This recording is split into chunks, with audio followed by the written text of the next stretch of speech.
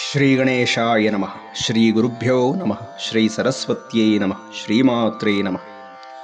ಅಮೃತ ಕಲಶಹಸ್ತಂ ಕಾಂತಿ ಸಂಪೂರ್ಣ ಗಾತ್ರಂ ಸಕಲ ವಿಭುಧ ವಂದ್ಯಂ ವೇದಶಾಸ್ತ್ರೇರ ಚಿಂತ್ಯಂ ಕನಕ ರುಚಿರ ಪಕ್ಷೇರ್ ದೂರ್ಯಮಾನಾನಂದ ಕೋಶಂ ಸಕಲ ವಿಷನಾಶಂ ಚಿಂತೆಯೇ ಪಕ್ಷಿರಾಜಂ. ಎಲ್ಲರಿಗೂ ನಮಸ್ಕಾರಗಳು. ಆತ್ಮೀಯರೇ, ಶ್ರಾವಣ ಮಾಸದ ಶುದ್ಧ ಪಂಚಮಿ, ಗರುಡ ಪಂಚಮಿ, ನಾಗಪಂಚಮಿ ಹಾಗೆ ಫಣಿಗೌರಿ ವ್ರತವನ್ನು ಆಚರಣೆ ಮಾಡ್ತಾರೆ. ಈ ದಿನ ಮಾತೃಭಕ್ತನಾದಂಥ ಹರಿಗೆ ಅತ್ಯಂತ ಪ್ರಿಯ ವಾಹನವಾಗಿರಬಹುದಾದಂಥ ಗರುಡನ ದಿವ್ಯ ಚರಿತ್ರೆಯನ್ನು ಸ್ಮರಣೆ ಮಾಡುವುದರಿಂದ ನಮಗೆ ಅನೇಕ ವಿಧವಾದ ಶುಭ ಫಲಗಳನ್ನು ಶಾಸ್ತ್ರಗಳು ಹೇಳಿದೆ. ಈ ಸೌಪರ್ಣೋಪಾಖ್ಯಾನವನ್ನು ವ್ಯಾಸ ಮಹರ್ಷಿಗಳು ಮಹಾಭಾರತದ ಆದಿಪರ್ವದಲ್ಲಿ ದಾಖಲು ಮಾಡಿದ್ದಾರೆ. ವೇದಗಳಲ್ಲಿ ಈ ಕಥೆಯನ್ನು ಗರುಡಚಯನ ಅನ್ನುವ ಹೆಸರಿನಿಂದ ಹೇಳ್ತಾರೆ. ಯಾರು ಗರುಡಚಯನ ಯಜ್ಞ ಕಾರ್ಯವನ್ನು ಮಾಡಿದಾಗ ಅವರಿಗೆ ಯಾವ ದಿವ್ಯ ಫಲಗಳು ಬರುತ್ತೋ ಆ ಫಲವನ್ನು ಗರುಡ ಪಂಚಮಿಯ ದಿನದಂದು ಸೌಪರ್ಣಿಕೋಪಾಖ್ಯಾನವನ್ನು ಕೇಳಿದವರಿಗೆ ಲಭ್ಯವಾಗಲಿ ಅಂತ ಹೇಳಿ ವ್ಯಾಸ ಮಹರ್ಷಿಗಳ ಅನುಗ್ರಹವಾಗಿದೆ. ಹೀಗಾಗಿ ನಾವು ಸಹ ಗರುಡನ ಚಿಂತನೆಯನ್ನು ಅವನ ದ್ವಾದಶ ನಾಮದಿಂದ ಆರಂಭವನ್ನು ಮಾಡೋಣ.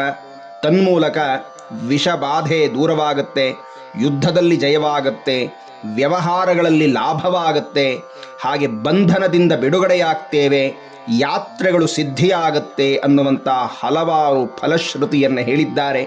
ಹೀಗಾಗಿ ನಾವು ಸಹ ಆ ದ್ವಾದಶ ನಾಮದೊಂದಿಗೆ ಈ ಚಿಂತನೆಯನ್ನು ಆರಂಭವನ್ನು ಮಾಡೋಣ.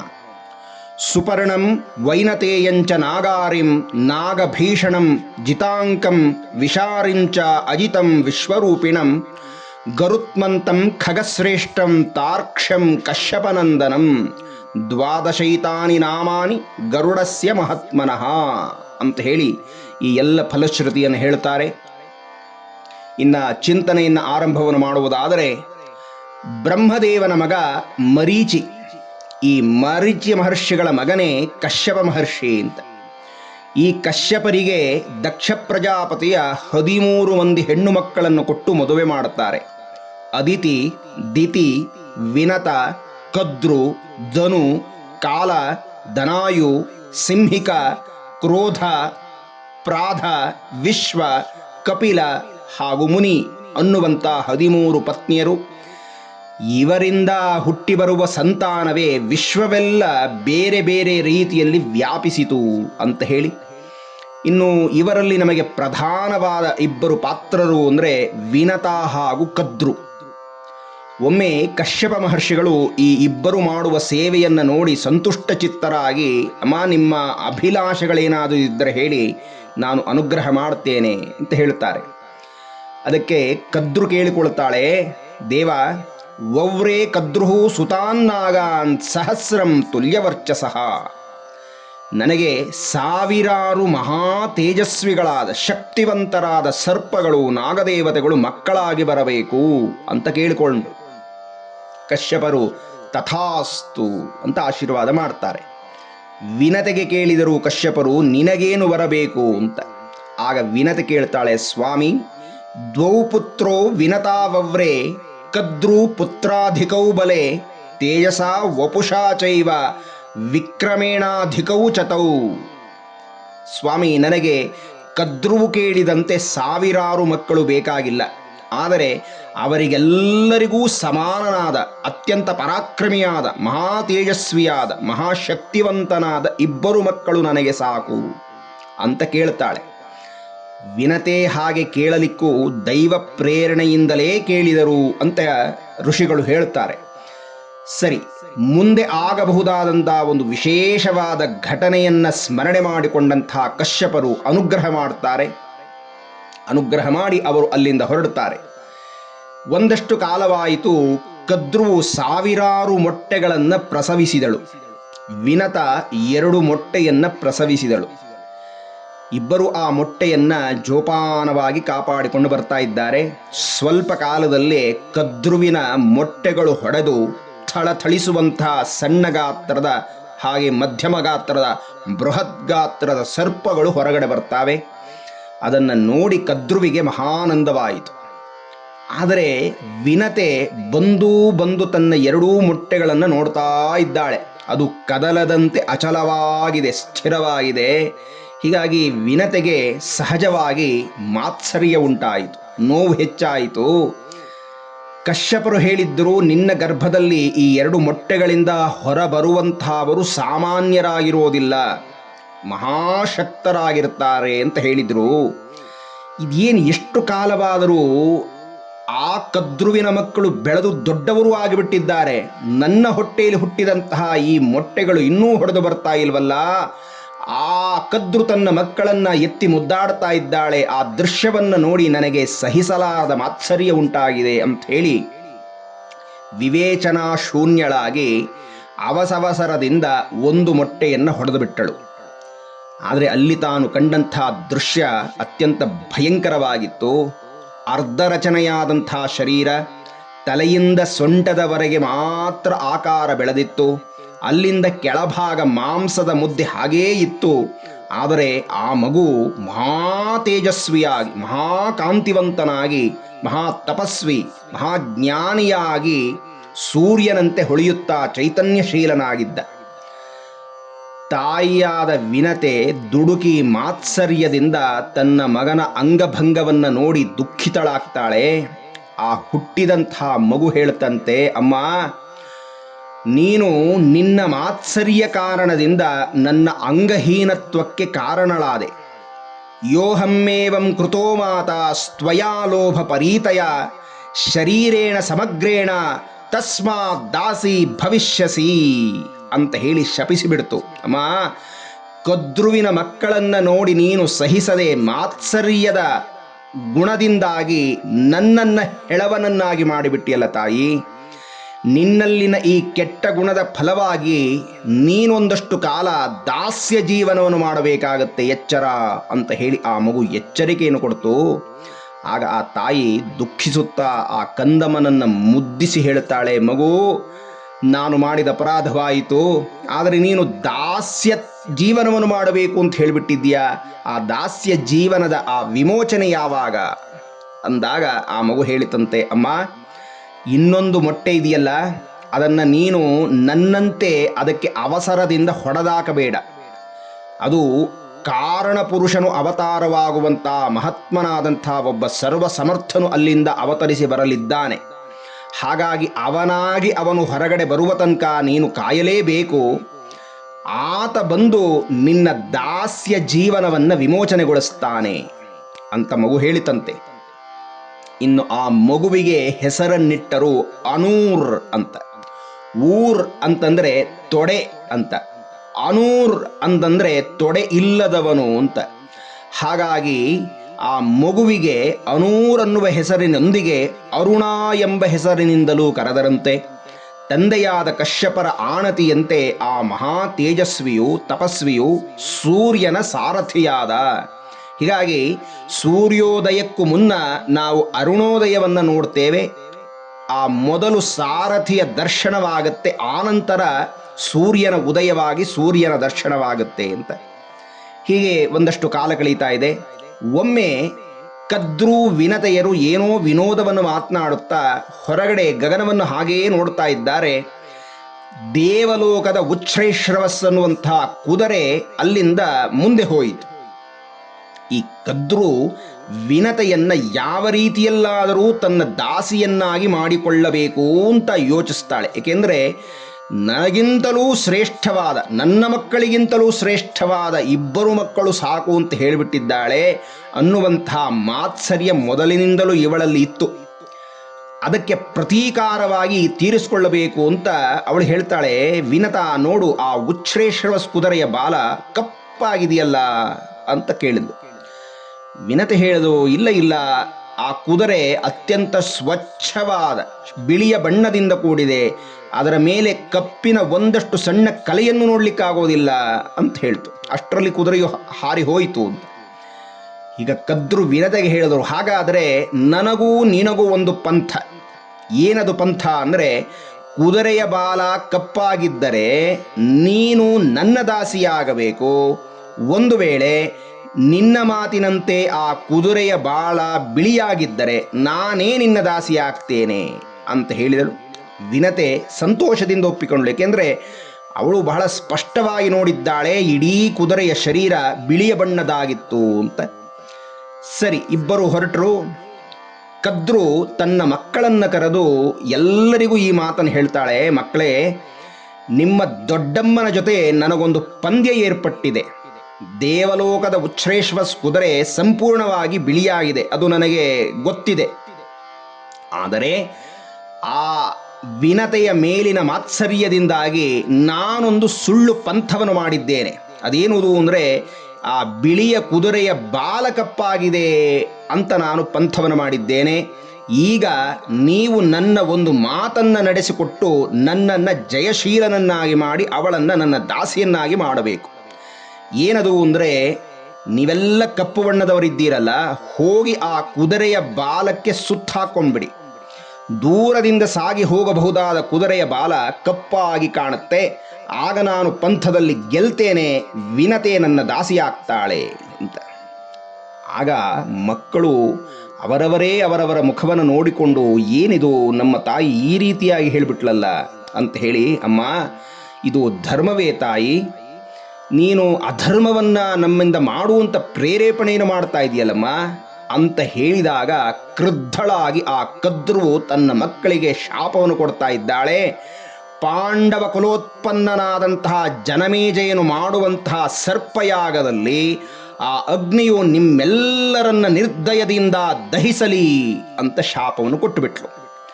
ಅದೇ ವೇಳೆಗೆ ಬ್ರಹ್ಮದೇವನು ಸಹ ಅದಕ್ಕೆ ತಥಾಸ್ತು ಅಂತಂದ. ಏಕೆಂದರೆ ವಾಸುಕಿ ಕೇಳ್ಕೊಳ್ತಾನೆ ಬ್ರಹ್ಮದೇವನಿಗೆ, ಏನಪ್ಪ ನೀನು ತಥಾಸ್ತು ಅಂದುಬಿಟ್ಟಿಯಲ್ಲ ಅಂದಾಗ ಬ್ರಹ್ಮ ಹೇಳಿದ, ಹೌದು, ಬಹಳಷ್ಟು ವಿಷಸರ್ಪಗಳು ಅನವಶ್ಯಕವಾಗಿ ತಮ್ಮ ವಿಷದಿಂದ ಅನ್ಯ ಪ್ರಾಣಿಯನ್ನ, ಪ್ರಜಾಕೋಟಿಯನ್ನ ಸಾಯಿಸ್ತಾ ಬರ್ತಾ ಇದೆ. ಯಾವ ಯಾವ ಕೆಟ್ಟ ಜಾತಿಯ ಈ ಸರ್ಪಗಳಿದ್ದಾವೋ ಅವು ಮಾತ್ರ ಆ ಜನಮೇಜಯನ ಸರ್ಪಯಾಗದಲ್ಲಿ ದಹಿಸಿ ಹೋಗುತ್ತೆ ಅಂತ ಹೇಳಿದ. ಉತ್ತಮರಾದಂಥ ಉತ್ತಮ ಜಾತಿಯ ನಾಗಗಳು, ಸರ್ಪಗಳು ಇರ್ತಾವೆ ಅಂತ. ಸರಿ, ಈಗ ಕೆಲವು ಹಿರಿಯರೆಲ್ಲ, ಜ್ಞಾನವಂತ ಸರ್ಪದೇವತೆಗಳೆಲ್ಲ ಕುಳಿತು ಸಮಾಲೋಚನೆಯನ್ನು ಮಾಡಿದ್ರಂತೆ, ತಾಯಿಯ ದಾಸ್ಯ ವಿಮೋಚನೆ ಮಾಡುವುದು ನಮ್ಮ ಕರ್ತವ್ಯವಾಗಿದೆ. ನಮ್ಮಂತಹ ಸಶಕ್ತರಾದ ಮಕ್ಕಳಿದ್ದರೂ ಸಹ ತಾಯಿ ದಾಸಿಯಾಗ್ತಾಳೆ ಅಂದರೆ ನಾವಿದ್ದು ಪ್ರಯೋಜನ ಏನು? ಹಾಗಾಗಿ ಧರ್ಮಾಧರ್ಮ ವಿವೇಚನೆಯನ್ನು ಅಮ್ಮನಿಗೆ ಬಿಟ್ಟು ಬಿಡೋಣ, ನಾವು ಅಮ್ಮನು ಹೇಳಿದ ಕೆಲಸವನ್ನು ಮಾಡೋಣ ಅಂತ ಹೇಳಿ ಅವರೆಲ್ಲರೂ ಸಹ ಕುದುರೆಯ ಬಾಲಕ್ಕೆ ಸುತ್ತಿ ಹಾಕಿಕೊಂಡರೂ ಕೂದಲಿನಂತೆ ಆಗಿ ಹೋಯಿತು ಅವರ ಆ ಶರೀರವೆಲ್ಲ. ಆ ದೂರದಿಂದ ಸಾಗಿ ಹೋಗಬಹುದಾದಂತಹ ಕುದುರೆಯನ್ನು ನೋಡಿದಂತಹ ವಿನತ ಕದ್ರುವಿಗೆ ಮಹಾ ಆನಂದವಾಗಿ ಬಿಡ್ತು.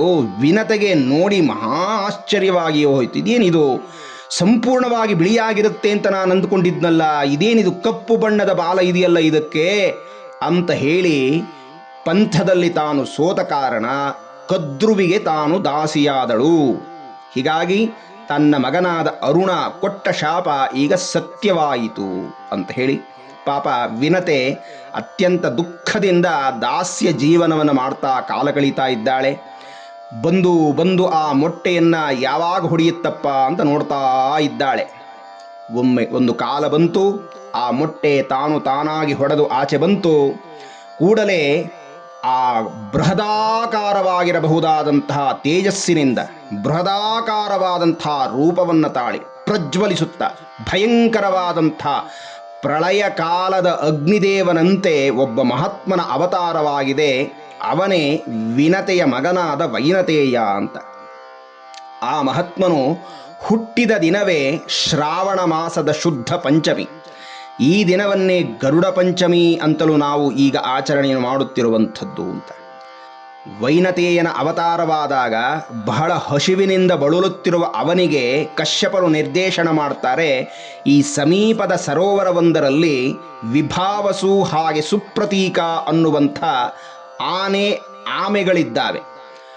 ಅದು ಹಿಂದಿನ ಜನ್ಮದಲ್ಲಿ ಸೋದರರಾಗಿದ್ದು ಕಾರಣಾಂತರದಿಂದ ಪರಸ್ಪರ ಶಪಿಸಿಕೊಂಡು ಬೃಹದಾಕಾರವಾದ ಆಮೆಗಳಾಗಿ ಆ ಸರೋವರದಲ್ಲಿ ಸಂಚಾರ ಮಾಡುತ್ತಾ ಲೋಕಕಂಟಕರಾಗಿದ್ದಾರೆ. ಅವರನ್ನು ನೀನು ಭುಂಜಿಸು ಅಂತ ಹೇಳಿ ನಿರ್ದೇಶನ ಮಾಡ್ತಾರೆ. ಸರಿ, ಬೃಹದ್ಗಾತ್ರದ ಆಮೆಯನ್ನ ಅವರಿಗಿಂತಲೂ ಮಹಾಕಾಯನಾದಂಥ ಆ ಗರುತ್ಮಂತ ತಾನು ತನ್ನ ಕಾಲಿನಿಂದ ಹಿಡಿದು ಒಂದು ಯೋಜನಾಗಾತ್ರವಾದ ಬೃಹದಾಕಾರವಾದ ಮರದ ರಂಬೆಯೆಂದು ಕಾಣಿಸ್ತು. ಅದರ ಮೇಲೆ ಕುಳಿತು ತಿನ್ನೋಣ ಅಂತ ಹೇಳಿ ಆ ರಂಬೆಯ ಮೇಲೆ ಕೂತನಂತೆ. ಆ ವೈನತೆಯನ ಭಾರವನ್ನು ಸಹಿಸಲಾರದಂತಹ ಬೃಹದಾಕಾರವಾದ ರಂಬೆ ಮುರಿದು ಬೀಳುತ್ತಿದೆ. ಆದರೆ ಅದನ್ನು ನೋಡ್ತಾ ಇದ್ದಾನೆ. ರಂಬೆಯ ಮೇಲೆ ಅನೇಕ ಮಹರ್ಷಿಗಳು ತಪಸ್ಸನ್ನು ಮಾಡ್ತಾ ಕೂತಿದ್ದಾರೆ, ವಾರಖಿಲ್ಯರೇ ಮೊದಲಾದಂತಹ ಮಹಾತ್ಮರು. ವೈನತೆಯ ಆ ಬೃಹದ್ಗಾತ್ರದ ರಂಭೆಯನ್ನು ತನ್ನ ಕೊಕ್ಕಿನಲ್ಲಿ ಹಿಡಿದು ನಿಧಾನವಾಗಿ ಹೊತ್ತುಕೊಂಡು ಹಿಮವತ್ ಪರ್ವತದಲ್ಲಿ ಒಂದು ಕಡೆ ಇಳಿಸಿದನಂತೆ. ಇದೆಲ್ಲ ನೋಡುತ್ತಿದ್ದಂಥ ರಂಭೆಯಲ್ಲಿ ವಾಸ ಮಾಡುತ್ತಿದ್ದಂಥ ಆ ಋಷಿ ಮುನಿಗಳಿಗೆಲ್ಲ ಮಹಾ ಸಂತೋಷವಾಯಿತು. ಅವನ ಬಲ ಪರಾಕ್ರಮವನ್ನು ನೋಡಿ ಹೊಗಳಿ ಗರುಡ ಅನ್ನುವಂಥ ನಾಮಕರಣವನ್ನು ಮಾಡಿದರಂತೆ. ಗುರುಂ ಆದಾಯ ಉಡ್ಡೀನ ಇತಿ ಗರುಡ ಅಂದರೆ ಮಹಾಭಾರವಾದ ಯೋಜನಾಗಾತ್ರವಾದ ಬೃಹತ್ ಮರದ ರಂಬೆಯನ್ನು ಹೊತ್ತು ಅನಾಯಾಸವಾಗಿ ಹಾರುತ್ತಿದ್ದಾನೆ, ಆದ್ದರಿಂದ ಇವನು ಗರುಡ ಅಂತ ಹೇಳಿ ಅವನಿಗೆ ಮತ್ತೊಂದು ವಿಶೇಷವಾದ ನಾಮಕರಣವನ್ನು ಮಾಡಿದರು. ಗರುಡನು ಹುಟ್ಟುವಾಗಲೇ ಏನು ಇಷ್ಟೊಂದು ಪರಾಕ್ರಮ, ಇಷ್ಟೊಂದು ಬಲವಂತ, ಮಹಾಜ್ಞಾನಿ, ಸರ್ವಶ್ರೇಷ್ಠ, ಇದೆಲ್ಲ ಆಗಲಿಕ್ಕೆ ಏನು ಕಾರಣ ಅನ್ನುವಂಥ ಕಥೆಯನ್ನು ವ್ಯಾಸ ಮಹರ್ಷಿಗಳು ಮತ್ತೊಂದು ಕಡೆ ದಾಖಲು ಮಾಡ್ತಾರೆ. ಹಿಂದೆ ಕಶ್ಯಪ ಮಹರ್ಷಿ ಒಂದು ಬೃಹತ್ ಮಹಾಯಾಗವನ್ನು ಮಾಡಲು ನಿರ್ಧಾರ ಮಾಡಿ ಎಲ್ಲರಿಗೂ ಆಹ್ವಾನವನ್ನು ಕೊಟ್ಟರು. ಲೋಕ ಕಲ್ಯಾಣ ಯಾಗಕ್ಕೋಸ್ಕರವಾಗಿ ಎಲ್ಲರೂ ಬರ್ತಾ ಇದ್ದಾರೆ. ಹಾಗೆ ಬರುವಾಗ ದೇವತೆಗಳು, ಋಷಿಗಳು ತಮ್ಮ ತಮ್ಮ ಕೈಲಾದ ಸವಿತ್ತನ್ನು ಹೊತ್ತುಕೊಂಡು ಬರ್ತಾ ಇದ್ದಾರೆ, ಯಜ್ಞಕ್ಕೆ ತಮ್ಮ ಒಂದು ಕಿಂಚಿತ್ ಸೇವೆ ಅಂತ ಹೇಳಿ. ಇಂದ್ರ ತನ್ನ ಐರಾವತವನ್ನೇರಿ ಯಜ್ಞಕ್ಕೆ ಸಮರ್ಪಿಸಬೇಕು ಅಂತ ಬೃಹದ್ಗಾತ್ರದ ಮರದ ಕಟ್ಟಿಗೆಗಳನ್ನು ಹೊತ್ತು ತರ್ತಾ ಇದ್ದಾನೆ. ಹಾಗೆ ಬರುವ ಮಾರ್ಗದಲ್ಲಿ ವಾಲಖಿಲ್ಯ ಮಹರ್ಷಿಗಳು, ಮಹಾತಪಸ್ವಿಗಳು, ಅವರು ಸೂರ್ಯಮಂಡಲದ ಸುತ್ತ ತಪಸ್ಸನ್ನು ಮಾಡುತ್ತಾ ತಿರುಗುತ್ತಿರುವಂಥ ಮಹರ್ಷಿಗಳು, ಆದರೆ ಗಾತ್ರದಲ್ಲಿ ಮಾತ್ರ ಹೆಬ್ಬೆರಳಿನ ಗಾತ್ರದಲ್ಲಿರುವಂಥವರು ಅಂತ, ಬಹಳ ಸಣ್ಣ ಪ್ರಮಾಣದ ಮಹರ್ಷಿಗಳು. ಹಾಗಾಗಿ ಅವರ ದೈಹಿಕ ಶಕ್ತಿಗೆ ತಕ್ಕಂತೆ, ಅವರ ದೇಹದ ಗಾತ್ರಕ್ಕೆ ತಕ್ಕಂತೆ ಬಹಳ ಸಣ್ಣದಾದ ಸವಿತ್ತನ್ನು ಹೊತ್ತುಕೊಂಡು ಪಾಪ ಅವರೂ ಬರ್ತಾ ಇದ್ದಾರೆ ಯಜ್ಞದ ಕಡೆಗೆ. ಅವರನ್ನು ನೋಡಿದ ಮದೋನ್ಮತ್ತನಾದಂತಹ ಇಂದ್ರ ಹಾಸ್ಯವಾಗಿ ನೋಡ್ತಾ ಇದ್ದಾನೆ. ಅವರು ಹೊತ್ತುಕೊಂಡು ಬರುತ್ತಿರುವಂತಹ ಸವಿತ್ತನ್ನು ನಾನು ನೋಡಿದರೆ ಪರ್ವತಗಾತ್ರದಂಥ ಆ ಕಟ್ಟಿಗೆಗಳನ್ನು ತರ್ತಾ ಇದ್ದೇನೆ, ಇವರು ಯಾವುದೋ ಒಂದೆರಡು ಸಣ್ಣದಾದ ಕಡ್ಡಿಯನ್ನು ಸವಿತ್ತನ್ನು ಹೊತ್ತುಕೊಂಡು ಬರ್ತಾ ಇದ್ದಾರಲ್ಲ ಅಂತ ದುರಹಂಕಾರದಿಂದ ನೋಡ್ತಾ ಇದ್ದಾನೆ. ಹಾಗೆ ನೋಡ್ತಾ ಇರುವಾಗ ಮುಂದೆ ಪಾಪ ಆ ಮಹರ್ಷಿಗಳು ಸಾಗಿ ಹೋಗುವ ದಾರಿಯಲ್ಲಿ ಗೋಷ್ಪಾದದಲ್ಲಿ ನೀರು ತುಂಬಿತ್ತು. ಗೋಷ್ಪಾದ ಅಂದರೆ ಗೋವು ಸಾಗಿ ಹೋದಂಥ ಭೂಮಿ. ಆ ಮಣ್ಣಿನ ಜಾಗದಲ್ಲಿ ಮಳೆ ಬಂದು ನೀರು ತುಂಬಿ ಹೋಗಿತ್ತು. ಪಾಪ ಆ ಸಣ್ಣ ಗಾತ್ರದ ಹೆಬ್ಬೆರಳನ ಗಾತ್ರದಂಥ ವಾಲಖಿಲ್ಯ ಮಹರ್ಷಿಗಳು ನೀರಿನಲ್ಲಿ ಮುಳುಗಿ ಹೋದರು, ಬಿದ್ದು ಹೋದರು. ಪಾಪ ನಿಧಾನವಾಗಿ ಹತ್ತಿಕೊಂಡು ಆ ಸವಿತ್ತನ್ನು ಮತ್ತೆ ತಾವು ಜೊತೆ ಮಾಡಿಕೊಳ್ತಾ ಇದ್ದಾರೆ. ಇದನ್ನು ನೋಡಿ ಅಪಹಾಸ್ಯವನ್ನು ಮಾಡಿ ನಕ್ಕು ದುರಹಂಕಾರದಿಂದ ಮೆರೆದಂಥ ಇಂದ್ರ ಹಾಸ್ಯ ಮಾಡಿ ಮುಂದೆ ಹೋದ. ಇದನ್ನು ನೋಡಿದಂತಹ ವಾಲಖಿಲ್ಯ ಮಹರ್ಷಿಗಳು ಮಹಾ ನೊಂದುಕೊಂಡರಂತೆ. ಮಹತ್ತರವಾದಂಥ ಸಿಟ್ಟು ಮಾಡಿಕೊಂಡು ಒಂದು ವಿಶೇಷವಾದ ಯಜ್ಞವನ್ನು ಆರಂಭ ಮಾಡಿಬಿಟ್ರು. ಆ ಯಾಗದ ಉದ್ದೇಶ ಏನಪ್ಪ ಅಂದರೆ, ತಮ್ಮ ತಪಪ್ರಭಾವದಿಂದ ಶೌರ್ಯದಲ್ಲಾಗಲಿ ವೀರ್ಯದಲ್ಲಾಗಲಿ ಇಂದ್ರನಿಗಿಂತಲೂ 100 ಪಾಲು ಅಧಿಕನಾದ, ಮನಸ್ಸಿನ ವೇಗದ ಗತಿಗಿಂತಲೂ ವೇಗವಾಗಿ ಚಲನೆಯುಳ್ಳಂಥ, ಪರಮ ಸಾಹಸಿಯಾದಂಥ, ಸ್ವೇಚ್ಛೆಯಿಂದ ಸಂಚಾರ ಮಾಡಬಹುದಾದ ಕಾಮರೂಪಿಯಾದಂಥ ಮಹಾಶ್ರೇಷ್ಠನಾದವನೊಬ್ಬ ಅವತರಿಸಿ ಬರ್ತಾನೆ ಅಂತ ಹೇಳಿ ಸಂಕಲ್ಪಪೂರ್ವಕವಾಗಿ ಯಾಗವನ್ನು ಆರಂಭ ಮಾಡಿಯೇ ಬಿಟ್ರಂತೆ. ವಿಚಾರವನ್ನು ತಿಳಿದಂತಹ ಇಂದ್ರ ಕಶ್ಯಪರಿಗೆ ಮೊರೆ ಹೋಗ್ತಾನೆ, ತಂದೆಗೆ. ಕೊನೆಗೆ ಕಶ್ಯಪರು ಬೈತಾರೆ, ಅಯ್ಯ ನೀನು ಮಹಾಶಕ್ತಿವಂತನಿರಬಹುದು, ಆದರೆ ಋಷಿಗಳನ್ನು ನೋಡಿ ಅಪಹಾಸ್ಯ ಮಾಡುವಷ್ಟು ದೊಡ್ಡವನಾದಿಯಾ ಅಂತೆಲ್ಲ ಬೈದು ಅವನನ್ನು ಕರೆತರ್ತಾರೆ. ಆ ಕ್ಷಣದಲ್ಲೇ ವಾಲಖಿಲ್ಯ ಮಹರ್ಷಿಗಳ ಪಾದಕ್ಕೆ ಅಪರಾಧಕ್ಕಾಗಿ ಕ್ಷಮೆಯನ್ನು ಯಾಚಿಸುವಂತ ಕೇಳಿಕೊಳ್ಳುತ್ತಾರೆ. ಮಗನಾದ ಇಂದ್ರನು ಕ್ಷಮೆಯನ್ನು ಯಾಚಿಸ್ತಾನೆ ವಾಲಖಿಲ್ಯ ಮಹರ್ಷಿಗಳಲ್ಲಿ. ಆಗ ಕಶ್ಯಪರ ಕಡೆ ತಿರುಗಿದಂಥ ವಾಲಖಿಲ್ಯರು ಹೇಳ್ತಾರೆ, ಸರಿ, ನಾನು ಪ್ರತೀಂದ್ರನನ್ನ ಸೃಷ್ಟಿ ಮಾಡಬೇಕು ಅಂತಿದ್ದೆ. ಈಗ ನೀವು ಪ್ರಾರ್ಥನೆ ಮಾಡುತ್ತಿದ್ದಾದ್ದರಿಂದಾಗಿ ಈ ಯಾಗದ ಫಲವು ನಿಮಗೇ ಕೊಡ್ತಾ ಇದ್ದೇನೆ. ಆದರೆ ಇವನು ಗರ್ವಿಷ್ಠ ಮಹೇಂದ್ರನಾದರೆ ನನ್ನ ತಪಶಕ್ತಿಯಿಂದ ಅವತರಿಸಿ ಬರುವವನು ಖಗೇಂದ್ರನಾಗಿ ಅವತರಿಸಿ ಬರ್ತಾನೆ, ಪಕ್ಷಿಗಳ ರಾಜನಾಗಿ ಬರ್ತಾನೆ. ಅವನೂ ಸಹ ತ್ರಿಲೋಕದ ಅಧಿಪತಿಯಂತೆ ಅವನಿಗಿಂತಲೂ ಸರ್ವಶ್ರೇಷ್ಠನಾಗಿರ್ತಾನೆ. ಅದಕ್ಕೆ ನನ್ನ ತಪೋಶಕ್ತಿಯನ್ನೆಲ್ಲ ಧಾರೆ ಎರೆದು ಅದಕ್ಕೆ ಯೋಗ್ಯನಾದ ಪಾತ್ರರು ನೀವೇ ಅಂತ ಹೇಳಿ ನಿಮಗೆ ಅದನ್ನು ಕೊಡ್ತಾ ಇದ್ದೇನೆ, ಯಜ್ಞ ಫಲವನ್ನ ಅಂತ ಹೇಳಿ ದೈವ ಪ್ರೇರಣೆಯಂತೆ ಆ ಯಾಗ ಫಲವನ್ನು ಕಶ್ಯಪರಿಗೆ ಸಮರ್ಪಣೆ ಮಾಡುತ್ತಾರೆ.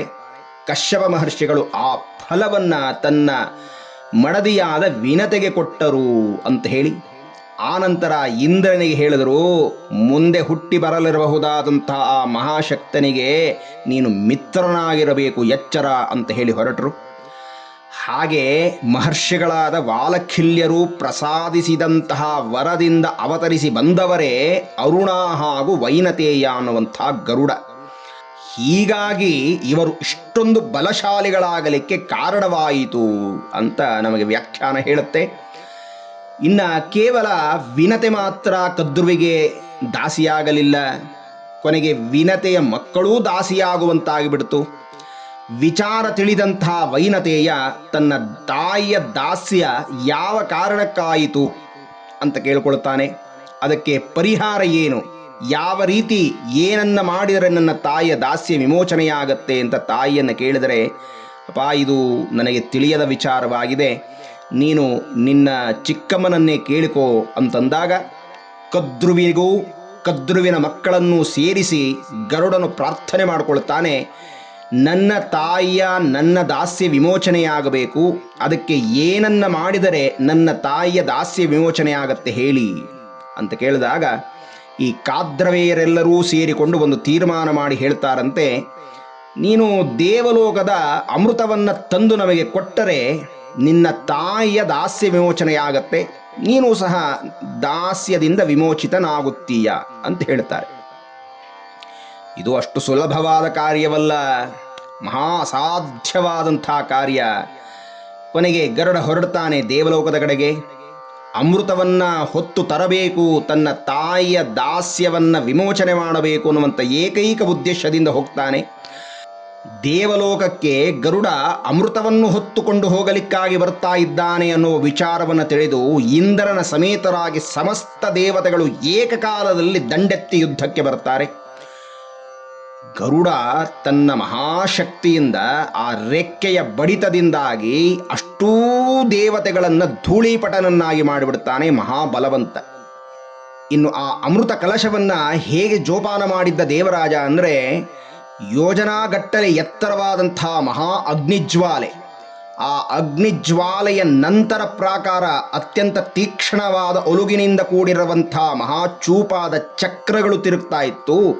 ಅದರ ಮಧ್ಯೆ ಘಟಸರ್ಪಗಳು, ಅದರ ಮಧ್ಯದಲ್ಲಿ ಈ ವಿಶೇಷವಾದ ಅಮೃತ ಕಲಶ ಇತ್ತು. ಹಾಗೆ ರಕ್ಷಣೆ ಮಾಡಿದ್ದ ಅಂತ. ಇಷ್ಟೆಲ್ಲ ದುಸ್ಸಾಧ್ಯವಾದಂಥ ಭಯಂಕರವಾದಂಥ ಈ ಸಾಧನಗಳೆಲ್ಲ, ಮಹಾ ಅಗ್ನಿಜ್ವಾಲೆಯನ್ನ ನದಿಗಳಲ್ಲಿ ತುಂಬಿದಂಥ ಆ ಇಡೀ ನೀರನ್ನು ತಂದು ಅದನ್ನು ಆರಿಸ್ತಾನೆ. ತೀಕ್ಷ್ಣವಾಗಿರಬಹುದಾದಂತಹ ಆ ಚಕ್ರಗಳ ಮೇಲೆ ಕಲ್ಲಿನ ಪರ್ವತದ ಮಳೆಯನ್ನು ಸುರಿಸಿ ಅದನ್ನು ಮುರಿದು ಹಾಕ್ತಾನೆ. ಆ ವಿಷ ಸರ್ಪಗಳ ಕಣ್ಣಿಗೆ, ಆ ಕಣ್ಣುಗಳೇ ಹೇಗಿತ್ತು ಅಂದರೆ, ಆ ಕಣ್ಣುಗಳನ್ನು ನೋಡಿದ್ರೆ ಸಾಕು ಸತ್ಯ ಹೋಗ್ತಾ ಇದ್ರು ಅಂತ. ಆ ವಿಷಯುಕ್ತವಾದ ಕಣ್ಣುಗಳು ಹಾಗಿತ್ತು ಘಟಸರ್ಪಗಳಿಗೆ. ಅದರ ಮೇಲೆ ತಾನು ಭಯಂಕರವಾದ ಧೂಳನ್ನು ಕೊಡುತ್ತಾನೆ. ಹಾಗಾಗಿ ವಿಷಸರ್ಪಗಳು ಕ್ಷಣಕಾಲ ಕಣ್ಣು ಕಾಣದಂತೆ ಒದ್ದಾಡ್ತವೆ. ಈ ಮಧ್ಯದಲ್ಲಿ ಕಲಶವನ್ನು ಹೊತ್ತು, ಅಮೃತ ಭಾಂಡವನ್ನು ಹೊತ್ತು ಗರುಡ ಹೊರಡ್ತಾನೆ. ನೋಡಿ, ಈ ರೀತಿಯಾಗಿ ಕಷ್ಟದಿಂದ ಸಂಪಾದನೆ ಮಾಡಿದಂಥ ಅಮೃತವನ್ನು ತಾನು ಕುಡಿಯದೆ ಕೇವಲ ತಾಯಿಯ ದಾಸ್ಯ ವಿಮೋಚನೆ ಮಾಡಬೇಕು, ಅವಳ ಬಂಧನವನ್ನು ನಾನು ಬಿಡಿಸಬೇಕು ಅನ್ನುವಂಥ ಉದ್ದೇಶದ ಒಂದು ಚಿಂತನೆಯಲ್ಲಿ ಅವನು ಬರ್ತಾ ಇದ್ದಾನೆ. ಈ ಧರ್ಮದ ನಡೆಯನ್ನು ನೋಡಿದಂಥ, ಮಾತೃಭಕ್ತಿಯನ್ನು ಗಮನಿಸಿದಂಥ, ಅವನಲ್ಲಿರಬಹುದಾದ ನಿಸ್ಪೃಹತೆಯನ್ನು ನೋಡಿದಂತಹ ಸರ್ವತ್ರ ವ್ಯಾಪಕನಾದಂತಹ ಶ್ರೀಮನ್ನಾರಾಯಣ ಮಹಾ ಸಂತೋಷಚಿತ್ತನಾಗಿ ಗರುಡನ ಮುಂದೆ ಪ್ರತ್ಯಕ್ಷನಾದನಂತೆ. ಪ್ರತ್ಯಕ್ಷನಾಗಿ ಸ್ವಾಮಿ ಕೇಳ್ತಾ ಇದ್ದಾನೆ, ಗರುಡ, ನಿನ್ನ ಮಹತ್ಕಾರ್ಯವು ನನಗೆ ಮಹಾ ಪ್ರೀತಿಯನ್ನು ಉಂಟು ಮಾಡಿದೆ, ಸಂತೋಷವನ್ನು ನೀಡಿದೆ, ನಿನಗೆ ಬೇಕಾದ ವರಗಳನ್ನು ಕೇಳಿಕೋ ಅಂತ ಹೇಳಿ ಗರುಡನನ್ನು ಕೇಳಿದನಂತೆ. ಆಗ ಗರುಡ ಹೇಳ್ತಾನೆ, ಸವವ್ರೇ ತವ ತಿಷ್ಠೇಯಂ ಉಪರೀತ್ಯಂತರಿಕ್ಷಗಃ ಅಜರಶ್ಚ ಅಮರಶ್ಚ ಸ್ಯಾಂ ಅಮೃತೇನ ವಿನಾಪ್ಯಹಂ ಅಂತ ಕೇಳಿದ. ಹೇ ದೇವದೇವ ಭಗವಂತ, ನಾನು ನಿನಗಿಂತಲೂ ಉನ್ನತ ಸ್ಥಾನದಲ್ಲಿರಬೇಕು ಮತ್ತು ಅಮೃತವನ್ನು ಪಾನ ಮಾಡದಿದ್ದರೂ ಸಹ ನಾನು ಚಿರಾಯುವಾಗಬೇಕು, ನಿರೋಗ ದೃಢಕಾಯನಾಗಿರಬೇಕು ಅಂತ ಹೇಳಿ ವರವನ್ನು ಕೇಳಿದನಂತೆ. ಮಹಾವಿಷ್ಣು ಸಂತೋಷದಿಂದ ತಥಾಸ್ತು ಅಂದ. ಇದಾದ ಮೇಲೆ ಗರುಡ ಪರಮಾತ್ಮನನ್ನು ಕೇಳಿದನಂತೆ, ದೇವ, ನಾನೂ ನಿನಗೇನಾದರೂ ವರವನ್ನು ಕೊಡಬೇಕು ಅಂತ ಬಯಸಿದ್ದೇನೆ, ನೀನೂ ನನ್ನಿಂದ ಏನಾದರೂ ವರವನ್ನು ಬಯಸು, ಕೇಳಿಕೋ ಅಂತಂದನಂತೆ. ಭಗವಂತನಿಗೆ ಎಲ್ಲರೂ ಯಾರಲ್ಲಿ ಹೋಗಿ ಕೇಳುತ್ತಾರೋ ಅಂತಹ ಆ ಪರಮಾತ್ಮನಿಗೆ ಕೇಳ್ತಾ ಇದ್ದಾನೆ ಗರುಡ, ನನ್ನಿಂದ ನೀನೇನಾದರೂ ವರವನ್ನು ಪಡಿ ಅಂತ. ಆಗ ಪರಮಾತ್ಮ ಬಿಡಲಿಲ್ಲ, ಮುಂದಿನ ಮಾತು ಹೇಳ್ತಾನೆ, ತಂವವ್ರೇ ವಾಹನಂ ವಿಷ್ಣುರ್ಗರುತ್ಮಂತಂ ಮಹಾಬಲಂ ಧ್ವಜಂಚ ಚಕ್ರೇ ಭಗವಾನುರಪಿ ಸ್ವಾಸ್ಯಸಿ ತತಂ ಅಂತ ಹೇಳಿದ. ಅಯ್ಯ ಗರುಡ, ನೀನು ನನಗೆ ವಾಹನವಾಗಿರಬೇಕು, ನನ್ನ ಕೆಳಗಿರಬೇಕು ಅಂತ ಹೇಳಿದ. ಗರುಡ ತಥಾಸ್ತು, ಹಾಗೆ ಆಗಲಿ ಸ್ವಾಮಿ, ಇದು ನನ್ನ ಭಾಗ್ಯ ಅಂತ ಭಾವಿಸ್ತೇನೆ ಎಂದ. ಆತ್ಮೀಯರೇ, ಈ ವರದಲ್ಲಿ ಸ್ವಲ್ಪ ಗೊಂದಲ ಇದೆ, ಇದನ್ನು ವಿಮರ್ಶೆಯಿಂದ ನಾವು ತಿಳಿಯಬೇಕಾಗಿದೆ. ಗರುಡ ಕೇಳಿದ, ನಾನು ನಿನಗಿಂತಲೂ ಉನ್ನತ ಸ್ಥಾನದಲ್ಲಿರಬೇಕು, ಎತ್ತರದಲ್ಲಿರಬೇಕು ಅಂತ ಕೇಳಿದ. ಆದರೆ ಪರಮಾತ್ಮ ಹೇಳ್ತಾನೆ, ನೀನು ನನಗೆ ವಾಹನವಾಗಿರಬೇಕು, ಅಂದರೆ ನನ್ನ ಕೆಳಗಿರಬೇಕು, ವಾಹನ ಯಾವಾಗಲೂ ಕೆಳಗಿರುತ್ತೆ ಅಂತ. ಅಂದರೆ ಇದು ಹೇಗೆ ಸಾಧ್ಯ? ಇಬ್ಬರು ತಥಾಸ್ತು ಅಂದರಲ್ಲ. ಅಂದರೆ ಗರುಡ ವಿಷ್ಣುವಿಗಿಂತಲೂ ಮೇಲಿರಬೇಕು ಅಂದರೆ ಹೇಗೆ ಅಂತಂದರೆ ಇದರ ಉತ್ತರ ಹೀಗೆ ಹೇಳ್ತಾರೆ, ಗರುಡ ನೀನು ನನಗಿಂತಲೂ ಮೇಲಿರಬೇಕು ಅಂತಂದರೆ ಅದು ನನ್ನ ಆಲಯದಲ್ಲಿ ಧ್ವಜ ಅಂತ ಸ್ಥಾಪನೆ ಮಾಡ್ತಾರೆ, ಅದಕ್ಕೆ ಇನ್ನು ಮುಂದೆ ಗರುಡ ಸ್ತಂಭ ಅನ್ನುವ ಹೆಸರಾಗಲಿ, ಆ ಗರುಡ ಸ್ತಂಭದಲ್ಲಿ ಧ್ವಜದಲ್ಲಿ ನೀನು ಸ್ಥಾಪನೆಯಾಗು. ಆ ಧ್ವಜದಲ್ಲಿ ನೀನು ಸ್ಥಿತನಾದರೆ ನನಗಿಂತಲೂ ಸಹಜವಾಗಿ ಎತ್ತರದಲ್ಲಿರ್ತೀಯ, ಧ್ವಜದಲ್ಲಿರ್ತೀಯ. ಇನ್ನು ನನ್ನ ವಾಹನವಾಗಿರುವುದರಿಂದ ನೀನು ನನ್ನ ಕೆಳಗಡೆ ಇರ್ತೀಯ, ವಾಹನ ಯಾವಾಗಲೂ ಕೆಳಗಿರುತ್ತೆ. ಹಾಗಾಗಿ ಧ್ವಜದಲ್ಲಿ ಸ್ವಾಮಿಗಿಂತಲೂ ಮೇಲಿರ್ತಾನೆ, ವಾಹನವಾಗಿ ಸ್ವಾಮಿಗಿಂತಲೂ ಕೆಳಗಿರುತ್ತಾನೆ. ಈ ಎರಡೂ ರೀತಿಯಲ್ಲಿ ಇದು ಸಮ್ಮತವಾಗತ್ತೆ ಅಂತ ಹೇಳ್ತಾ ಇದ್ದಾರೆ. ಇನ್ನು ಭಾಗವತದಲ್ಲಿ ಹೀಗೆ ಹೇಳ್ತಾರೆ, ಛಂದೋಮಯೇನ ಗರುಡೇನ ಸಮುಹ್ಯಮಾನ ಅಂತ. ಅಂದರೆ ಆ ಗರುಡನ ರೆಕ್ಕೆಗಳು ಏನು ಅಂತಂದರೆ ಛಂದಸ್ಸುಗಳು, ಅಂದರೆ ವೇದಗಳು ಅಂತ. ಆ ವೇದಗಳೆಂಬ ಗರುಡನನ್ನು ಸ್ವಾಮಿ ಹತ್ತಿ ಬರ್ತಾ ಇದ್ದಾನೆ ಅಂದರೆ ವೇದಾಂತ ಪ್ರತಿಪಾದ್ಯನಾದ ನಾರಾಯಣ ಗರುಡನಿಂದ ತಿಳಿಯಲ್ಪಡ್ತಾನೆ, ಅಂದರೆ ವೇದಗಳಿಂದ ತಿಳಿಯಲ್ಪಡ್ತಾನೆ. ಅಂದರೆ ಧರ್ಮಸ್ವರೂಪವಾದ ವೇದಗಳೇ ಗರುಡನಾಗಿದ್ದಾನೆ. ಆ ಗರುತ್ಮಂತನ ಮುಖೇಣ ಭಗವಂತ ತಿಳಿತಾನೆ, ವೇದಾಂತ ಪ್ರತಿಪಾದ್ಯನಾದವನು ಅಂತ. ಹೀಗಾಗಿ ಹೇಗೆ ಶೋಭಿಸ್ತಾನೆ ಅವನು ಅಂತಂದರೆ ಕುಂಕುಮಾರುಣ ಸರ್ವಾಂಗಂ ಕುಂದೇಂದು ಧವಳಾನನಂ ವಿಷ್ಣುವಾಹ ನಮಸ್ತುಭ್ಯಂ ಕ್ಷೇಮಂ ಕುರು ಸದಾಮಮ ಅಂತ ಹೇಳಿ ಆ ಸ್ವಾಮಿಯನ್ನು ಗರುಡನನ್ನು ಪ್ರಾರ್ಥನೆ ಮಾಡ್ತಾರೆ. ಹೀಗಾಗಿ ನಾರಾಯಣನಿಗೆ ವಂದಿಸಿದಂತಹ ಗರುಡ ಮುಂದೆ ನಡೆದ. ಇಂದ್ರ ಮಹಾಕೋಪಿಷ್ಟನಾಗಿ ಮತಿಭ್ರಷ್ಟನಾಗಿ ಹಿಂದೆ ಕಶ್ಯಪರು ಹೇಳಿದ ವಿಚಾರವನ್ನು ಮರೆತು ಈಗ ಗರುಡನ ಮೇಲೆ ತನ್ನ ವಜ್ರಾಯುಧವನ್ನು ಪ್ರಯೋಗ ಮಾಡಿದ. ವಜ್ರಾಯುಧ ದಧೀಚಿ ಮಹರ್ಷಿಗಳ ಬೆನ್ನುಮೂಳೆಯಿಂದ ಮಾಡಿದ್ದು, ಅದಕ್ಕೆ ಬೆಲೆ ಕೊಡ್ತೇನೆ ನಾನು ಅಂತ ಹೇಳಿ ಗರುಡ ತನ್ನ ರೆಕ್ಕೆಯಲ್ಲಿ ಒಂದು ಪರ್ಣವನ್ನು, ಅಂದರೆ ಒಂದೇ ಒಂದು ರೆಕ್ಕೆಯನ್ನು ಅದಕ್ಕೆ ಘಾತವಾಗುವಂತೆ ಬೀಳುವಂತೆ ಮಾಡಿದನಂತೆ. ಅಂದರೆ ಅದಕ್ಕೆ ಗೌರವವನ್ನು ಸೂಚಿಸಿದ ಅಂತ. ಆ ಪರ್ಣವು ಅತ್ಯಂತ ಸಾಕರ್ಷಕವಾಗಿಯೂ ಸುವರ್ಣದಂತೆ ಚಿನ್ನದಂತೆ ಹೊಳೆಯುತ್ತಾ ಕೆಳಗಡೆ ಬೀಳ್ತಾ ಇದ್ದರೆ ಋಷಿಗಳು ಅರೆರೇ ಸುಪರ್ಣ ಅಂತ ಕರೆದರಂತೆ. ಅಂದರೆ ಅಂದಿನಿಂದ ಮೊದಲು ಗರುಡನಿಗೆ ಮತ್ತೊಂದು ಹೆಸರು ಪ್ರಸಿದ್ಧಿಯಾಯಿತು, ಸುಪರ್ಣ. ಪರ್ಣ ಅಂದರೆ ಎಲೆ, ಸು ಅಂದರೆ ಸುವರ್ಣಯುಕ್ತವಾದ ಬಂಗಾರದ ಬಣ್ಣದಿಂದ ಕೂಡಿರುವಂಥ ರೆಕ್ಕೆಗಳನ್ನು ಹೊಂದಿರುವವನು ಅನ್ನುವಂಥ ಹೆಸರು ಅವನಿಗೆ ಮಹಾಪ್ರಸಿದ್ಧಿಯಾಗಿಬಿಡ್ತು. ಆಗ ಇಂದ್ರನಿಗೆ ಬುದ್ಧಿ ಬಂತು, ಹಿಂದೆ ತಮ್ಮ ತಂದೆಯಾದಂಥ ಕಶ್ಯಪರು ಹೇಳಿದಂಥ ಖಗೇಂದ್ರ ಇವನೇ, ಪಕ್ಷಿರಾಜ. ವಾಲಖಿಲ್ಯ ಮಹರ್ಷಿಗಳಲ್ಲಿ ನಾನು ಅಪರಾಧ ಮಾಡಿ ಆ ಮಹರ್ಷಿಗಳು ಮಾಡಿದ ತಪಸ್ಸಿನ ಫಲವಾಗಿ ಅವತರಿಸಿ ಬಂದವನು ಇವನೇ. ಅಷ್ಟು ಮಾತ್ರವಲ್ಲ, ನಾರಾಯಣನಿಂದ ವರವನ್ನು ಪಡೆದಂಥ ಮಹಾನ್ ಪ್ರಭಾವಶಾಲಿಯಾಗಿದ್ದಾನೆ, ಮಹಾಭಕ್ತನಾಗಿದ್ದಾನೆ ಅಂತ ಹೇಳಿ ಯಾವಾಗ ಸೋತಂಥ ಇಂದ್ರ ಈಗ ತಾನು ಮುಂದೆ ಬಂದು ಕ್ಷಮೆಯನ್ನು ಯಾಚಿಸಿ, ಯಾ ಮಹಾಶಯ, ಈ ದುಷ್ಟರಾದಂಥ ವಿಷಸರ್ಪಗಳು ಈಗಾಗಲೇ ಲೋಕಕಂಟಕರಾಗಿದ್ದಾರೆ. ಅವರ ವಿಷ ಲೋಕವನ್ನೆಲ್ಲ ಸಾಯಿಸುವಂತೆ ದಹಿಸುವಂತೆ ಮಾಡ್ತಾ ಇದೆ. ಇನ್ನು ಈ ಅಮೃತವನ್ನೇನಾದರೂ ಅವರಿಗೆ ನೀನು ಕೊಟ್ಟು ಬಿಟ್ಟೆ ಅಂದರೆ ಇನ್ನು ಅವರು ಶಾಶ್ವತವಾಗಿ ಉಳಿದು ಬಿಡುತ್ತಾರೆ, ಲೋಕದಲ್ಲಿ ಅಲ್ಲೋಲ ಕಲ್ಲೋಲದ ವ್ಯವಸ್ಥೆಯಾಗಿಬಿಡುತ್ತೆ. ಹೀಗಾಗಿ ದಯಮಾಡಿ ಈ ಅಮೃತವನ್ನು ನನಗೇ ಕೊಟ್ಟು ಬಿಡು ಅಂತ ಹೇಳಿ ದೇವರಾಜ ಕೇಳಿಕೊಂಡ. ಗರುಡ ಹೇಳಿದ, ಅದು ನನಗೆ ಗೊತ್ತಿಲ್ಲ. ನನ್ನ ಗುರಿ ಏನಪ್ಪ ಅಂದರೆ ನನ್ನ ತಾಯಿಯ ದಾಸ್ಯವನ್ನು ವಿಮೋಚನೆ ಮಾಡಬೇಕಷ್ಟೇ ನನ್ನ ಕಣ್ಣು ಮುಂದೆ ಇರುವಂಥದ್ದು. ಆದರೂ ಸಹ ನೀನೀಗ ಕೇಳಿಕೊಳ್ತಾ ಇದೆಯಾ ನನಗೆ ಕೊಟ್ಟು ಬಿಡು ಅಂತ. ನಾನು ಕೊಡೋದಿಲ್ಲ, ನಾನು ತೆಗೆದುಕೊಂಡು ಹೋಗಿ ಅವರ ಮುಂದೆ ಇಡ್ತೇನೆ. ಇಟ್ಟ ಮೇಲೆ ಮುಂದಿನ ಕೆಲಸವನ್ನು ನೀನೇನಾದರೂ ಮಾಡು. ಆಗ ದೇವರಾಜ ಹೇಳಿದ, ಸರಿ ಸರಿ, ಹಾಗಾದರೆ ನೀನು ದರ್ಭೆಯನ್ನು ಹಾಸಿ ಅದರ ಮೇಲೆ ಅಮೃತ ಭಾಂಡವನ್ನಿಟ್ಟು ಅವರಿಗೆ ಒಂದು ನಿರ್ದೇಶನವನ್ನು ಮಾಡು. ಇದು ದೇವಲೋಕದ ಅಮೃತ, ಇದನ್ನು ಪಾನ ಮಾಡಬೇಕು ಅಂದರೆ ಹೇಗಂದ್ರೆ ಹಾಗೆ ಪಾನ ಮಾಡಬಾರ್ದು. ಸ್ನಾನಹಾನಿಕಗಳು, ಸಂಧ್ಯಾವಂದನೆಗಳು, ದೇವತೋಪಾಸನೆಯನ್ನು ಮಾಡಿ ನಂತರ ಇದನ್ನು ಪಾನ ಮಾಡಿ ಒಳ್ಳೆಯದಾಗತ್ತೆ ಅಂತ ಹೇಳುವುದರೊಳಗಾಗಿ ಒಂದಷ್ಟು ಕಾಲವಾಗತ್ತೆ. ಅವರೆಲ್ಲರೂ ನದಿ ತೀರಕ್ಕೇನಾದರೂ ಹೋದರೆ ನೀನು ಇಟ್ಟ ಬಾಂಡವನ್ನು ನಾನು ಹೊತ್ತು ತಂದು ಬಿಡುತ್ತೇನೆ. ಸರಿ, ಹಾಗೆಯೇ ಆಗಲಿ ಅಂತ ಹೇಳಿ ಅಲ್ಲಿಂದ ಹೊರಡ್ತಾರೆ. ಆದರೆ ಇಂದ್ರ, ನಮ್ಮಿಬ್ಬರ ಮೈತ್ರಿ ಚಿರಸ್ಮರಣೀಯವಾಗಲಿ, ನೀನೀಗ ನನ್ನಿಂದ ಏನಾದರೂ ವರವನ್ನು ಕೇಳಿಕೋ ಅಂತ ಹೇಳಿ ದೇವರಾಜ ಹೇಳಿದ. ವಾಸ್ತವವಾಗಿ ಗರುಡನಿಗೆ ಯಾವ ವರದ ಅವಶ್ಯಕತೆಯೂ ಇಲ್ಲದಿದ್ದರೂ ಸಹ ಕೇಳ್ತಾ ಇದ್ದಾನೆ, ನಾನು ಸರ್ಪಾಹಾರಿಯಾಗಬೇಕು ಅಂತಂದ. ತಥಾಸ್ತು ಅಂದ ದೇವರಾಜ.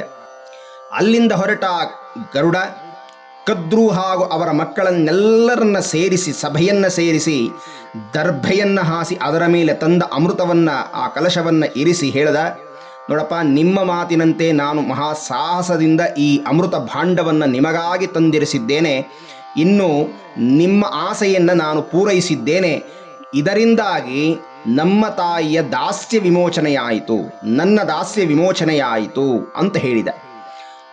ಕದ್ರೂ ಸಹಿತವಾಗಿ ಆ ಮಕ್ಕಳೆಲ್ಲ ಹೌದು, ನಮಗಾಗಿ ನೀನು ಬಹಳ ಕಷ್ಟ ಸಾಧ್ಯವಾದ ಕೆಲಸವನ್ನು ಮಾಡಿದ್ದೀಯ. ಇನ್ನು ನಿನಗೂ ನಿನ್ನ ತಾಯಿಗೂ ಯಾವುದೇ ದಾಸ್ಯ ಜೀವನ ಮಾಡಬೇಕು ಅಂತಿಲ್ಲ, ನೀವು ಮುಕ್ತರಾದಿರಿ, ಇನ್ನು ನೀವು ಹೊರಡಬಹುದು ಅಂತ ಹೇಳಿ ಕಳಿಸಿದ. ಅವರೆಲ್ಲರೂ ಹಾಗೆ ಮುತ್ತಲಿಕ್ಕೆ ಬಂದರಂತೆ ಆ ಅಮೃತ ಕಲಶವನ್ನು. ಆಗ ಗರುಡ ಹೇಳಿದ, ಅಯ್ಯಯ್ಯ, ಇದೇನಯ್ಯ ಇದು, ಸಂಸ್ಕಾರ ಇಲ್ಲದಂತೆ ಮಾಡ್ತಾ ಇದ್ದೀರಾ. ಇದು ದೇವಲೋಕದ ಅಮೃತ, ಇದನ್ನು ನೀವು ಸೇವಿಸಬೇಕು ಅಂದರೆ ಅತ್ಯಂತ ಶ್ರದ್ಧಾಭಕ್ತಿಗಳಿಂದ ಸೇವಿಸಬೇಕು.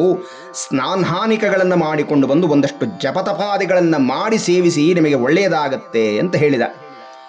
ಹೌದು, ಅದೂ ಸರಿ ಅಂತ ಹೇಳಿ ಈ ನದಿಯ ಕಡೆ ಎಲ್ಲ ಸರ್ಪ ದೇವತೆಗಳೆಲ್ಲ ಹೊರಟರು. ಯಾರೂ ಇಲ್ಲದ ಸಂದರ್ಭವನ್ನು ಗಮನಿಸಿದಂಥ ಆ ದೇವರಾಜ ದರ್ಭೆಯ ಮೇಲಿಟ್ಟದ ಅಮೃತ ಕಲಶವನ್ನು ತಾನು ಹೊತ್ತು ಮಾಯವಾದ. ಕೊನೆಗೆ ಸಮುದ್ರ ತೀರಕ್ಕೆ ಹೋಗಿದ್ದ ಈ ಎಲ್ಲ ಸರ್ಪಗಳು, ನಾಗಗಳು ಬಂದು ನೋಡ್ತಾರೆ, ಅಲ್ಲಿ ಆ ಅಮೃತ ಕಲಶವೇ ಇಲ್ಲದಂತಾಗಿದೆ. ಕೊನೆಗೆ ಅಮೃತದ ಸ್ಪರ್ಶವಾಗಿತ್ತಲ್ಲ, ಕೊನೆಗೆ ಅದನ್ನಾದರೂ ನಮಗೆ ಸಿಗಲಿ ಅಂತ ಹೇಳಿ ಆ ದರ್ಭೆಗಳನ್ನು ನೆಕ್ಕಲಿಕ್ಕೆ ಆರಂಭ ಮಾಡಿದರಂತೆ. ಆ ದರ್ಭೆಯನ್ನು ನೆಕ್ಕಿದಾಗ ಅತ್ಯಂತ ಚೂಪಾಗಿದ್ದಂಥ ದರ್ಭೆಗಳು ಇವರು ನೆಕ್ಕಿದಾಕ್ಷಣ ನಾಲಿಗೆಗಳು ಇಬ್ಬಾಗವಾಗಿ ಸೀಳಾಯಿತು ಅಂತ. ಅಂದಿನ ಮೊದಲು ಆ ಸರ್ಪಗಳಿಗೆ, ನಾಗಗಳಿಗೆ ಆ ನಾಲಿಗೆ ಎನ್ನುವಂಥದ್ದು ಎರಡಾಯಿತು ಅಂತ ಹೇಳ್ತಾರೆ. ಹಾಗೆಯೇ ದರ್ಭೆಗಳಿಗೂ ಸಹ ಅಂದಿನಿಂದ ಮಹಾಪಾವಿತ್ರ್ಯತೆ ಉಂಟಾಯಿತು ಅಂತ. ಎಲ್ಲ ವಿಧವಾದ ಶುಭಾಶುಭ ಕಾರ್ಯಗಳಲ್ಲಿ ಉಪಯೋಗಿಸಲೇಬೇಕಾದಂಥ ಅತ್ಯಂತ ಶ್ರೇಷ್ಠವಾದಂಥದ್ದು ದರ್ಭೆ ಎನ್ನುವಂಥದ್ದು ತೀರ್ಮಾನವಾಯಿತು. ಅಭವಂಶ್ಚ ಮೃತಸ್ಪರ್ಶ ದರ್ಭಾಸ್ತೇಥ ಪವಿತ್ರಿಣಃ ಅಂತ ಹೇಳುತ್ತಾರೆ. ಹೀಗಾಗಿ ಇಂತಹ ಮಾತೃಭಕ್ತನಾದಂಥ ಜಗದ್ವ್ಯಾಪಕನಾದಂಥ ಪರಬ್ರಹ್ಮಸ್ವರೂಪನಾದ ನಾರಾಯಣನ ವಾಹನವಾಗಿ, ಅವನ ಪರಮಭಕ್ತನಾಗಿ ಪರಮಭಂಟನಾಗಿ ತಿರುಮಲೆಯಲ್ಲಿ ಗರುಡ ವಾಹನ ಅಂತಂದರೆ ಅದೊಂದು ಸರ್ವಶ್ರೇಷ್ಠವಾದಂಥ ವಾಹನದ ಉತ್ಸವವಾಗಿದೆ. ಹೀಗಾಗಿ ಎಲ್ಲ ಕಾರ್ಯದಲ್ಲೂ, ಅದರಲ್ಲೂ ಗರುಡ ದರ್ಶನವಾಯಿತು ನಾವು ಹೋಗುವಾಗ ಅಂದರೆ ನಮ್ಮ ಕಾರ್ಯ ಜಯವಾಗುತ್ತೆ ಅನ್ನುವಂಥ ಮಾತು.